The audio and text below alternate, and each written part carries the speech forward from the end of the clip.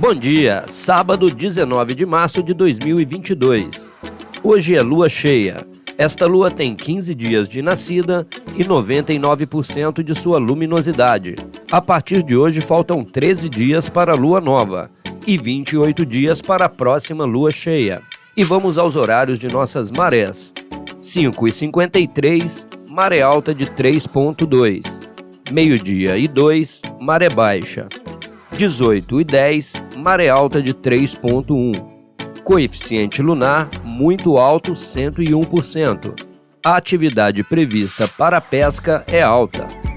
E as ondas quebram predominantemente da direção norte-noroeste, marcando 310 graus na bússola. A altura média fica entre 0,8 e 1,1. O período de intervalo entre as ondas variam entre 10 e 12 segundos.